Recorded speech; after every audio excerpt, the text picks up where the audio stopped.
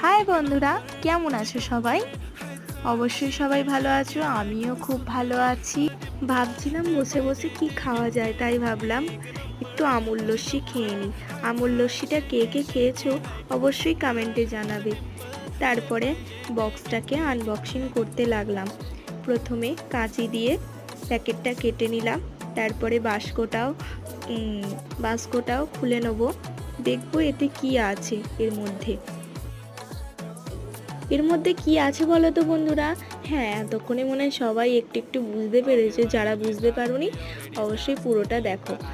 তো যাই হোক, এতে ছিল একটি চার্জার ফ্যান, আর চার্জার ফ্যানটা অর্ডার দিয়েছিলাম মিশো থেকে। আমার তো খুবই ভালো লেগেছে, চার্জার ফ্যানটা খুবই ভালো এসেছে। আর একটা চার্জার পিনও দিয়েছে চার্জ দেওয়ার জন্য। আর এটার দাম নিয়েছিল 417 টাকা। মিশো থেকে অর্ডার করেছিলাম। ভালো লাগলে লাইক করবে। টাটা।